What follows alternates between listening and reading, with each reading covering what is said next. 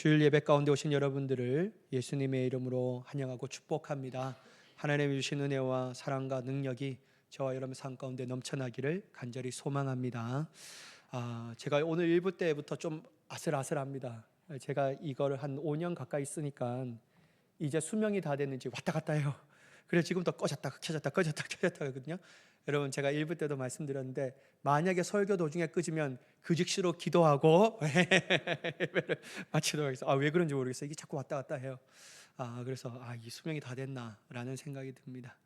여러분, 오늘 6월절에 관해서 좀 함께 나누려고 하는데요. 여러분, 유대교에서 매우 중요한 절기를 꼽으라고 하면 6월절이에요.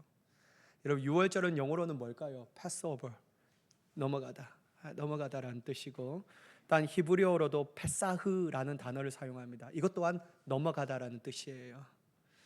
이 넘어가다라는 뜻은 무엇이 넘어가냐면요, 죽음의 재앙이 넘어가다, 뛰어 넘어가다라고 하는 뜻을 가지고 있습니다. 그래서 유대인들은요, 매년 봄 6월절을 지키는데 며칠 동안 지키냐면요, 7일에서 8일 기간에 지킨다고 합니다. 또한 6월절을 맞이해서 유대교는 정통적 식사를 해요. 그게 뭐냐면 세데르라는 식사예요. 한번 띄워봐 주시겠습니까? 요 음식을 먹는데요, 무교병과 쓴나물, 그다음에 어린 양의 고기, 이런 것들을 먹으면서 출애굽 사건을 기억하며 감사하는 의식을 거행한다고 합니다. 여러분, 6월절 하면 떠오르는 상징물이 3개 있거든요. 첫 번째는 뭘까요? 앞에 말씀드렸던 것처럼 6월절에는 무교병, 즉 다시 말해서 누룩이 없는 빵을 먹게 합니다. 본문 12장 8절의 말씀 한번 같이 볼까요? 12장 8절 같이 읽어보겠습니다. 시작. 그 밤에 그 고기를 불에 구워 무교병과 쓴 나물과 아울러 먹되. 이러면 하나님께서 무교병을 6월절에 먹으라고 하셔요. 왜 여러분 무교병을 하나님께서 먹으라고 말씀하실까? 누룩이 없는 빵인데 왜 이것을 먹으라고 하실까? 이게 상징하는 의미가 있어요. 그게 뭐냐면요, 급한 탈출을 상징하는 거예요. 다시 말해서 이스라엘 백성은 애굽에서 급하게 탈출해야 했기 때문에 빵을 발효시킬 시간이 없는 거예요. 그래서 누룩을 넣지 않는 무교병을 먹게 하였습니다. 단 여러분, 신명기에서는요, 이 무교병을 뭐라고 하냐면요, 고난의 떡이라고 불렀습니다. 고난의 떡. 이것은 바로 애굽 노예 시절의 고통과 하나님의 구원을 기억하라라는 거예요. 무교병을 먹으면서 우리 출애굽, 우리의 조상들이 애굽에서 고통을 당했지, 그러나 하나님은 우리를 구원하셨다, 이걸 기억하라는 거예요. 또한 여러분, 두 번째는 뭐냐면요, 어린 양입니다. 하나님께서는 어린 양을 잡아 먹고 그 피를 어떻게 하라고요? 문에 바르라는 거예요. 보이는 대로 바르라는 겁니다. 일단 그러면 죽음의 재앙이 뛰어넘어가리라라고 말합니다. 여러분, 이것은 나중에도 한번 말씀드리겠지만 신약에서는 누구를 상징하냐면요, 예수 그리스도를 상징합니다. 우리 하나님의 어린 양 대신 예수 그리스도. 그래서 하나님께서는 이 어린 양을 예수님의 그림자로 사용하셨다라고 할 수 있습니다. 세 번째는 뭘까요? 쓴 나물이에요. 이것 또한 하나님께서 우리가 본문 12장 8절에 읽었던 것처럼 무교병과 쓴 나물을 더불어 먹게 하십니다. 여러분, 왜 하나님이 쓴 나물을 먹게 하셨을까요? 마찬가지예요. 이것 또한 애굽에서 겪은 고난과 고통을 기억하라는 거예요. 유대인들은 이 쓴 나물을 먹으면서요, 하나님의 구원이 없었다면 여전히 자신들은 고통 가운데 있을 것이라는 것을 깨닫는 거예요. 그러나 하나님이 우리를 구원하셨다. 그래서 겸손함을 잃어버리지 않도록 하나님께서 이 쓴 나물을 6월절에 먹게 하십니다. 결국 여러분, 6월절이 주는 메시지는 딱 두 가지 있다고 생각합니다. 하나는 뭘까요? 하나님의 구원하심, 또 하나는 하나님의 완전한 승리입니다. 이 두 가지를 오늘 함께 좀 나누려고 합니다. 여러분, 하나님께서 드디어 마지막 재앙인 장자의 죽음을 펼치기 전 앞두고 이스라엘 백성들을 준비시켜요. 어떠한 준비시키냐면 6월절을 준비시킵니다. 본문 3절과 4절의 말씀인데요, 한번 보실까요? 너희는 이스라엘 온 회중에게 말하여 이르라. 이달 열흘에 너희 각자가 어린 양을 취할지니 각 가족대로 그 식구를 위하여 어린 양을 취하되 그 어린 양에 대하여 식구가 너무 적으면 그 집의 이웃과 함께 사람의 수를 따라서 하나를 취하며 각 사람이 먹을 수 있는 분량에 따라서 너희 어린 양을 계산할 것이며. 여러분, 요 말씀을 주석을 보니까요, 어떤 뜻을 담고 있냐면요, 1년 된 한 마리의 양이나 염소를 잡으라는 거예요. 어린 양뿐만 아니라 염소, 이 두 가지 중에 하나를 잡으라라고 말합니다. 근데 여러분, 이 어린 양을 각자 잡으라라는 뜻은 뭐냐면, 이 어린 양 한 마리는 적어도 10명이 먹을 수 있다라는 거예요. 그러니까 어린 양 한 마리 10명을 먹되, 만약에 우리 가족이 5명밖에 안 돼요. 그러면 누구를 초청하라고요? 이웃을 초청해서 같이 먹으라는 거예요. 10명을 채워서 먹으라는 겁니다. 결국 여러분, 오늘 이 3절과 4절의 메시지가 뭐냐면요, 중요한 것은 어린 양의 고기를 먹을 때 한 사람도 빠짐없이 먹게 하라는 거예요. 예외가 되게 하지 말라는 거예요. 그냥 가문의 대표자만 먹고 치우라, 그러면 내가 그것을 유월절을 지킨 것으로 해줄게 라고 하는 것이 아니라 다 먹으라는 거예요. 한 명도 빠짐없이 말이에요.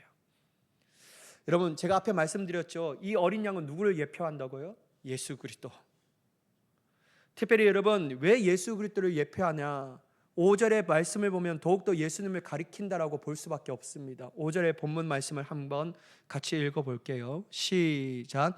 너희 어린 양은 흙먹고 1년 된 수컷으로 하되 양이나 염소 중에서 취하고. 여러분, 어린 양을 잡되 조건이 있어요. 1년 된 어린 양으로 잡되 뭐가 없어야 된다고요? 흠이 없어야 된다는 거예요. 흠이 있으면 안 된다라는 거예요. 여러분, 이 흠은 신약에서는 어떤 것을 상징하냐면요, 죄가 있으면 안 된다라는 거예요. 우리의 영원한 희생 제물이 되실 예수님은요, 죄가 없으시다라는 거예요. 인간의 육신의 몸을 입고 있지만 우리와 같지 않으셔서 죄는 없다라는 거예요.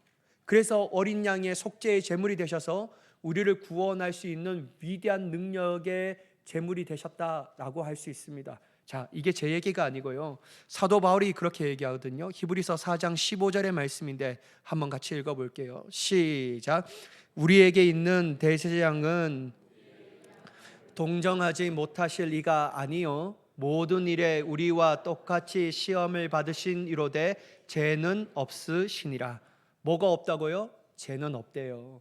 우리와 똑같은 육신을 입고 있고 또한 시험과 유혹을 받으셨지만 죄는 짓지 않으신대요. 이게 예수님이에요. 어린 양, 흠없는 어린 양. 또한 여러분, 사도 베드로도요, 이렇게 얘기해요. 1장 18절과 19절 말씀 한번 같이 읽어볼게요. 시작. 너희가 알거니와 너희 조상이 물려준 헛된 행실에서 대속함을 받는 것은 은이나 금같이 없어질 것으로 된 것이 아니요 오직 흠없고 점없는 어린 양 같은 그리스도의 보배로운 피로 된 것이니라. 여러분, 사도 베드로는요, 분명하게 말해요. 우리가 죄 속죄함을 받는 것은 돈과 육신의 어떤 것으로 되는 것이 아니라 뭘로 된다고요? 흠없고 점없는 어린 양의 그리스도의 보배로운 피로 속죄함을 받는다라는 거예요. 그러니까 여러분, 구약 시대의 유월절 어린 양을, 예수 그리스도를 가리키는데 이 어린 양을 다 어떻게 하고요? 모두 다 먹으라는 거예요. 그냥 가문의 대표자 한 사람이 아니라 모두 다 말이에요. 여러분, 저는요, 이게 너무 중요한 의미가 있다고 생각해요. 정말 중요한 의미가 있거든요. 곧 좀 이따가 말씀드릴게요. 또한 여러분, 이 본문에서도요, 각자가 그 집에서 먹잖아요. 근데 이 먹을 집 안에서 있을 때 이 집을 어떻게 하라고 합니까? 하나님이요, 그 어린 양의 피를 발라서 어떻게 해요?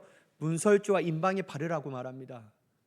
먹을 집에서 세상 밖으로 떠나지 말고 애국 가운데 함께 거하지 말고 너희의 집인 이 집 안에서 그 고기를 먹되 그 피를 바르라는 거예요. 자, 여러분, 이것도 중요합니다. 저는 이 두 가지의 메시지를 보면서 느꼈던 것이 있어요. 깨달은 게 영적 진리 하나, 어린 양을 먹는 것은 어느 가문의 대표자만 먹어서도 안 된다라는 거예요. 두 번째, 먹되 그 집에서, 먹은 집에서 떠나지 말라는 거예요. 죽음의 재앙이 지나갈 때까지. 여러분, 이건 어떤 것을 얘기하는 겁니까? 첫 번째, 하나님이 우리를 구원하기를 원하시거든요. 능히 하나님은 그러한 권세를 가지고 계셔요. 그러나 하나님께서 구원하시되 원칙 없이 기준 없이는 구원하시지 않는다라는 겁니다. 쉽게 말하자면 하나님이 오늘은 기분이 좋으니까 야 다 구원이야, 오늘 기분 나쁘니까 다 구원받지 못해, 이렇게 기준과 원칙이 없는 분이 아니시라는 거예요. 하나님이 기분 좋다고 해서 다 구원하시는 것도 아니고 기분 나쁘다고 해서 다 하나님께서 구원하지 않는 것도 아니에요. 하나님은 기준과 원칙을 세우시는데 그게 어떤 겁니까? 예수 그리스도를 믿음으로 말미암아 구원하시겠다라는 거예요. 이게 하나님이 세우신 유일한 구원의 기준입니다. 자, 그렇다면요, 이 말씀을 통하여 우리가 어떻게 하냐면요, 그 그리스도의 구원하시는 예수 그리스도를 믿음으로 구원해야 되는데 어느 우리의 가문의 대표자만 믿으면 구원을 받는다라는 겁니까? 제가 말을 너무 어렵게 했죠? 죄송합니다. 자, 여러분 봐보세요. 내 집안에 가문이 있어요. 우리 부모님이요 엄청 예수를 잘 믿어요. 그러면 여러분, 우리 집안의 가문의 대표가 우리 부모님이니까 그분이 예수님 잘 믿으면 나는 당연히 구원받는 거예요? 아니에요. 아니라는 거예요. 자, 로마서 10장 9절 10절 말씀 한번 같이 읽어볼게요. 로마서 10장 9절에서 10절 말씀인데요, 같이 한번 읽어보겠습니다. 시작. 내가 만일 내 입으로 예수를 주로 시인하며 또 하나님께서 그를 죽은 자 가운데서 살리신 것을 내 마음에 믿으면 구원을 받으리라. 사람이 마음으로 믿어 의에 이르고 입으로 시인하여 구원에 이르느니라. 여러분, 사도 바울이 9절에 뭐라고 말하냐면요, 우리가 만일 우리의 입으로 주를 시인하면, 아니면 가문의 대표자 한 사람이 예수를 믿고 예수를 주로 시인하면 너 모든 사람들이 구원을 받을 것이라고 말하지 않습니다. 그죠? 9절에 보면요, 내가 만일 내 입으로, 2인칭이에요 여러분, 내 입으로 예수를 주로 시인하면 하나님께서 죽은 자 살리신 것을 내 마음에, 2인칭이에요, 내 마음에 믿으면 구원받으리라. 여러분, 어떤 말이에요? 하나님의 분명한 원칙과 구원의 기준은 뭐냐면요, 구원은요 예수님과 1대1 관계예요. 1+1이 아니에요. 내 아버지가 믿음이 좋으면 자녀들이 당연히 구원받고, 내 아내와 남편이 믿음이 좋으면 내가 당연히 구원받는 그런 구원이 관계가 아니라는 거예요. 구원은요 다 각자 예수 그리스도와 함께 1대1 관계로서 설 때 비로소 구원의 역사가 우리 안에 넘쳐나게 되는 줄 믿습니다. 제가 예전에 모셨던 목사님이요, 설교 도중에 이런 말을 하시더라고요. 그 목사님의 가정 가운데 처음 예수님을 믿은 사람이 누구냐면요, 어머니였어요. 어머니의 믿음이 신실해요. 근데 이 아버지는 늘 술 마시고 늘 놀기를 좋아하고 늘 아무것도 안 해요. 그냥 어머니가 너무 힘들게 사신 거예요.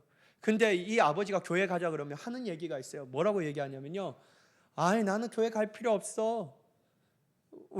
내 아내가 마누라가 죽으면 그 치마 자락 잡고 천국 가면 되지 뭐, 이렇게 얘기하셔요. 여러분, 이건 성경적이지도 않고 그릇된 겁니다. 구원은요 1대1이에요.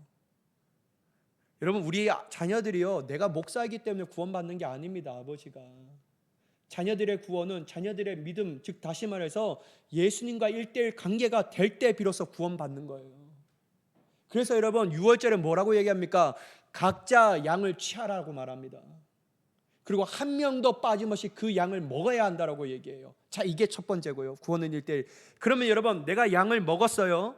예수님과 1대1 관계를 누렸어요. 그러면 여러분, 누린 이 상태에서 세상 가운데 막 살아도 된다라는 겁니까? 아니에요. 어디에 있으라고 말합니까?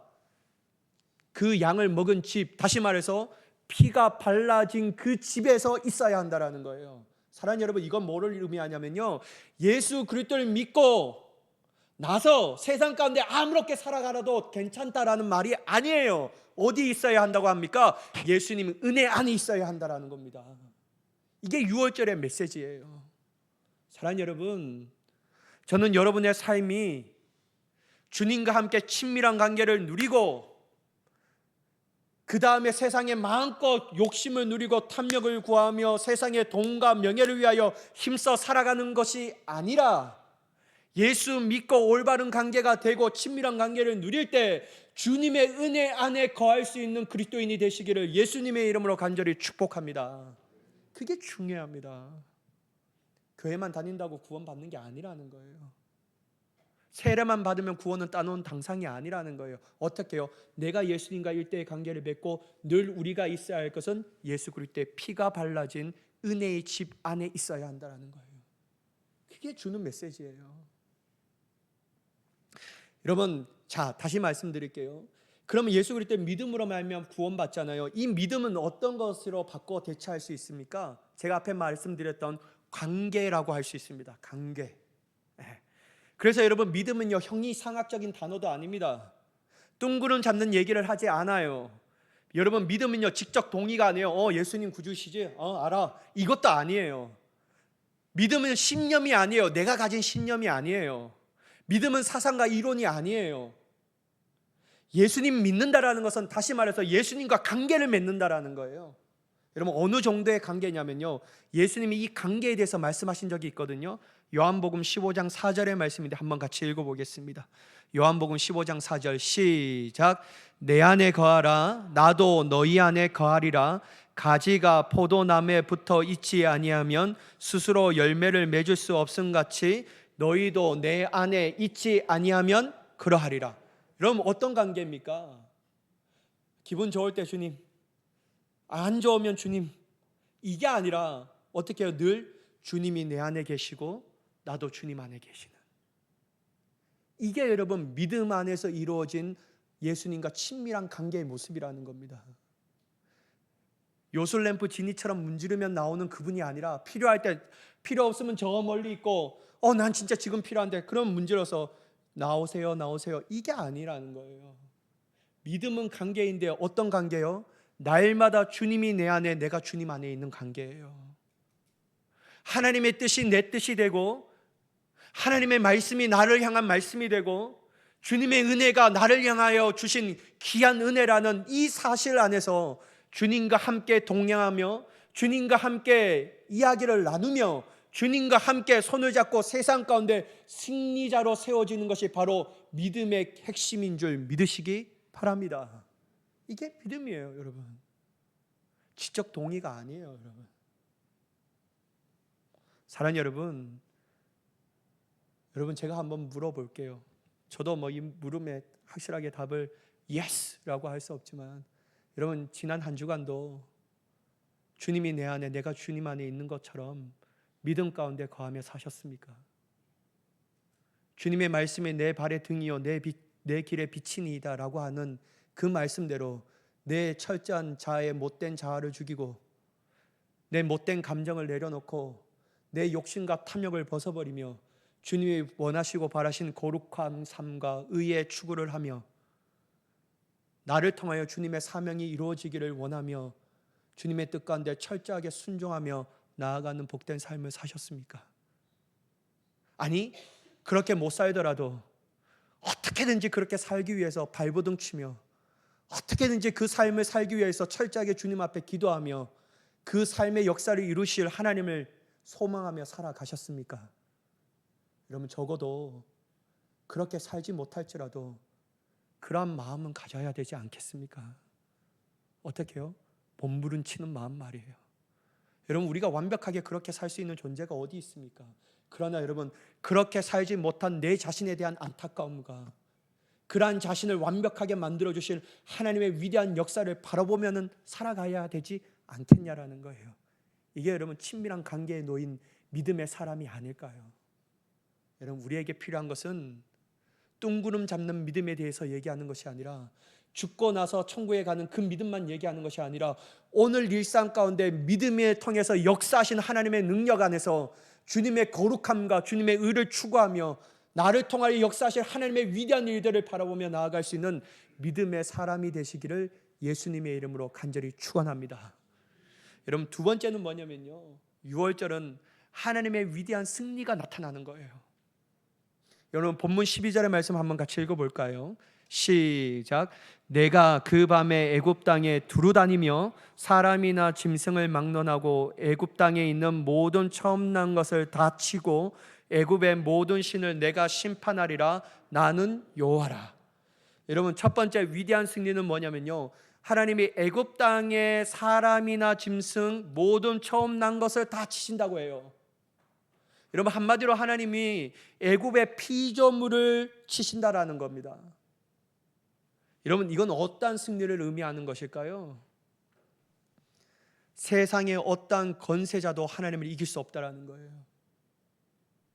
어떠한 세상에 능력이 있는 사람도, 지혜가 많은 사람도, 돈이 많다라고 자랑하는 사람도 하나님 앞에는 진 존재라는 겁니다. 하나님은 절대로 이길 수 없다라는 거예요.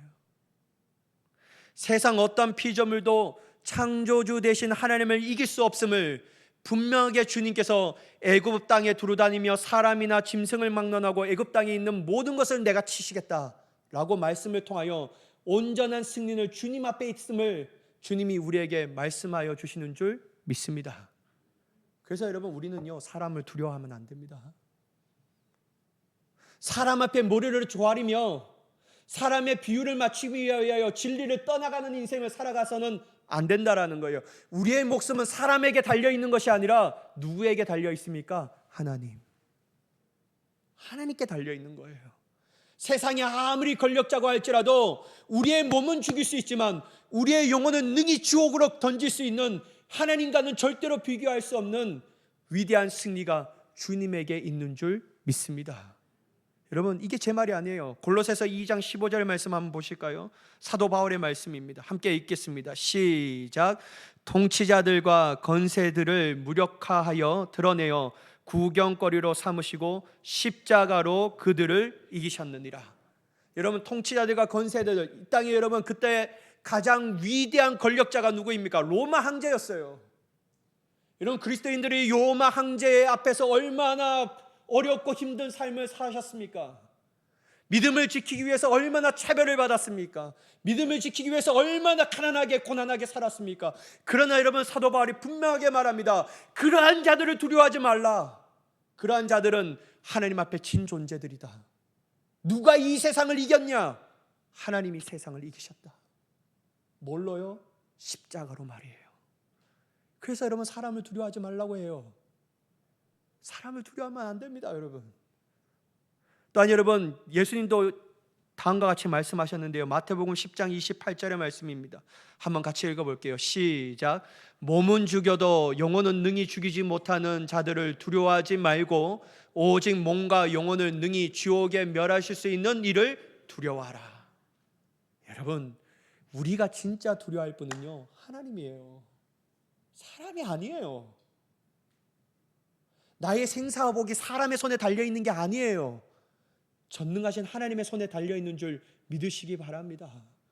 여러분, 사람 앞에 엎드리기보다, 사람 앞에 머리를 조아리기보다 여러분이 달려가고 엎드리고 머리를 조아릴 분은 오직 하나님 한 분밖에 없는 줄 믿으시기 바랍니다. 거기에 승리가 있습니다. 그래서 여러분, 우리는 사람을 무서워하지 않습니다. 여러분, 저는 정치자들 무서워하지 않습니다. 반성경적 가르침 법을 아무리 법을 제정하려고 발버둥 치고 세상의 권력자들이 다 그렇게 한마음 한뜻으로 해도 저는 두려워하지 않을 겁니다. 왜냐하면요, 저는 일어나 그들에게 진리를 외칠 겁니다. 주님 앞에 너희들은 친존재이다. 그래서 여러분, 우리는 그런 사람 두려워하지 말아요. 오직 승리하신 하나님을 바라보며 그 하나님 앞에 경배하며 예배할 수 있는 진리의 사람이시기를 예수님의 이름으로 간절히 축복합니다. 여러분, 두 번째는 뭐냐면요, 12절 후반부에 또 이렇게 나타나요. 한번 12절 한번 띄워봐 주시겠어요? 본문. 자, 한번 뒤에 한번 읽어볼게요. 애굽의 모든 신을 내가 심판하리라. 나는 여호와니라. 여러분, 육신의 권세자들과 명예자들도 하나님 앞에 진 존재이지만 주님이 누구 또한 자신의 심판을 받을 수밖에 없다고 말합니까? 애굽의 모든 신들, 다시 말해서 뭡니까? 거짓되고 우상들 또한 하나님 앞에 심판받을 존재들이다 라고 말합니다. 여러분, 예레미야 10장 5절에서 11절, 예레미야 10장 5절 11절 말씀을 이렇게 얘기해요. 한번 보세요. 그것이 둥근 기둥 같아서 말도 못하며 걸어다니지 못하므로 사람이 메어야 하느니라. 여러분, 이걸 누굴 가리키고 있습니까? 우상이에요. 말도 못하고 걸어다니지 못하면 누구의 등에 메어지는 존재라고요? 사람이 메어갈 수밖에 없는 존재라는 거예요. 또한 여러분, 그것이 그들에게 할을 주거나 복을 주지 못하나니 너희는 두려워하지 말라 하셨느니라. 우상은요, 우리에게 할을 주거나 복을 주지 못한대요. 여러분 보셔요, 우상이요 우리에게 하나 복을 주지 못한대요. 그러나 여러분, 예레미야 5장 11절에 반드시 주님이 이렇게 말씀하십니다. 너희는 이같이 그들에게 이르기를 천지를 짓지 아니하는 신들은 땅 위에서 이 하늘 아래에서 어떻게 한다고요? 망하리라. 여러분, 우상 겁내지 마세요. 거짓된 신들요 우리를 어떻게 하지 못합니다. 우리는 그들 앞에 머리를 조아리며 그들에게 복을 비는 자들이 아니에요. 우리는 돈의 우상 앞에 머리를 숙이는 자들이 아니라니까요. 우리는 만몬의 신 앞에 우리의 자신을 엎드리며 그들을 경배하는 것이 아닙니다. 우리는 누구의 앞에만 엎드려 경배합니까? 천지를 지으신 여호와 하나님 앞에, 그분께 우리의 마음을 드리며 엎드리며 경배해야 될 줄 믿습니다. 여러분, 시편 96편 4절과 5절의 말씀 보실까요? 한번 같이 읽어볼게요. 시작. 여호와는 위대하시니 지극히 찬양할 것이요 모든 신들보다 경외할 것이며 만국의 모든 신들은 우상들이지만 여호와께서 하늘을 지으셨음이로다. 여러분, 우리가 진짜 누구를 섬겨야 합니까? 거짓된 신들이 우리에게 승리를 주는 게 아니에요. 천지를 지으신 하나님만이 참신이십니다. 그분 앞에 모든 우상들은요 무너질 수밖에 없는 존재라는 거예요. 그러면 여러분, 오늘날 가장 우상은 뭘까요? 우리가 진짜 승리해야 할 우상은 누구일까요? 돈, 명예, 권력, 그럴 수 있어요. 근데 여러분, 저는요 오늘 이 시대에 신자들이 성도들이 가장 경계할 우상이 뭔지 아십니까? 자기 자신이에요. 내 자신을요 하나님보다 너무 사랑해요. 신앙생활도 하나님의 중심으로 하는 것이 아니라 어떻게든지 내 중심으로 하려고 해요. 내가 하고 싶은 거는 하고 내가 하고 싶은 것은 안 하려고 합니다. 하나님도 나를 위하여 움직이셔야 한다고 생각해요. 신앙의 방향성도 내가 결정합니다. 내가 해야 할 일도 내가 결정해요. 여러분, 어떻게 보면요 신앙은요 내가 우상으로 섬기고 있는, 내가 곧 하나님이라고 섬기고 있는 삶에서 한 발짝도 벗어날 수 없는 우리의 자신의 연약함을 보게 됩니다. 사랑하는 여러분, 전능하신 하나님이 친히 여러분들이 우상되었던 그 마음을 깨트려 주시기를 간절히 원합니다. 깨트려야 합니다. 천지를 지으신 하나님께서 내 자신의 우상을 깨트려 오직 위대한 승리를 주신 하나님 앞에 엎드리며 구하며 위대한 복을 받는 저와 여러분이 되기를 예수님의 이름으로 간절히 축원합니다. 여러분, 블레셋 사람들이요 이스라엘에게 언약궤를 빼앗겨요. 그들은요 이 언약궤를 어디에 갖다 놓죠? 여러분, 이거 뭘 성경은 읽으시고 계셔. 언약궤를 어디에 갖다 놓습니까? 여러분, 빼앗겼어요. 어디요? 그렇죠, 다곤 신전에 갖다 놓습니다. 그죠? 다곤 신전. 여러분, 다곤이라는 지역은 메소포타미아, 아수르, 베니게 지역에서 널리 숭배된 우상이었어요. 다곤이라는 게 우상의 이름이에요. 근데 여러분, 이 다곤은 무엇을 상징하냐면요 풍요를 상징합니다. 그래서 농경신으로 섬겨졌다라는 거예요. 옛 문헌에 따르면요 다곤은요 가나안 농경신의 바알의 아버지라고 기록된 문헌들이 있어요. 바알보다 더 아버지가 누구냐면요 다곤이었어요. 여러분, 법궤가요 다곤 신전에 둔 다음 날 놀라운 일이 일어나요. 사무엘상 5장 3절의 말씀을 보실까요?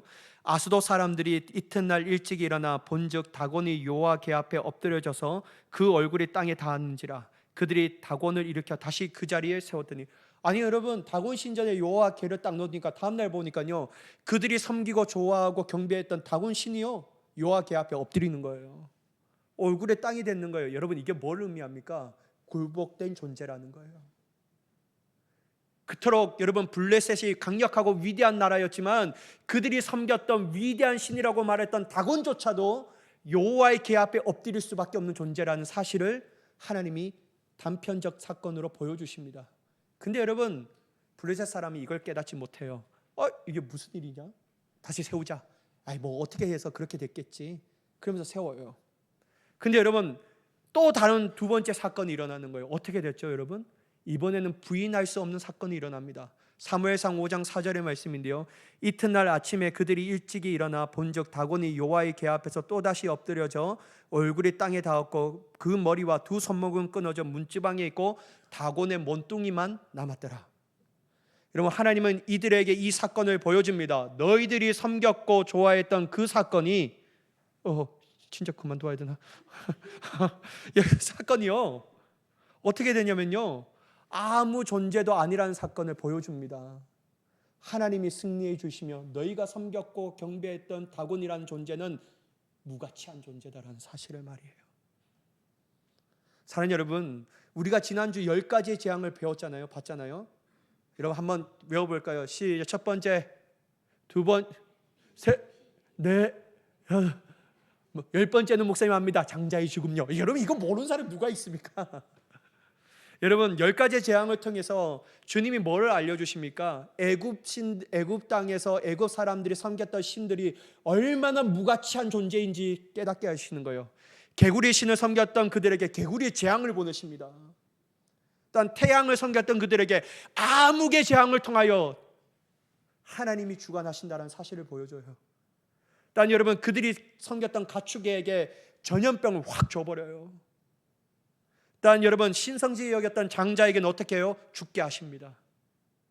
하늘의 신을 우박의 재앙 등으로 하나님이 얼마나 위대한 분이신지, 그들이 섬기고 경배하는 것들이 얼마나 형편없는지 단편적으로 드러나게 하신다라는 거예요.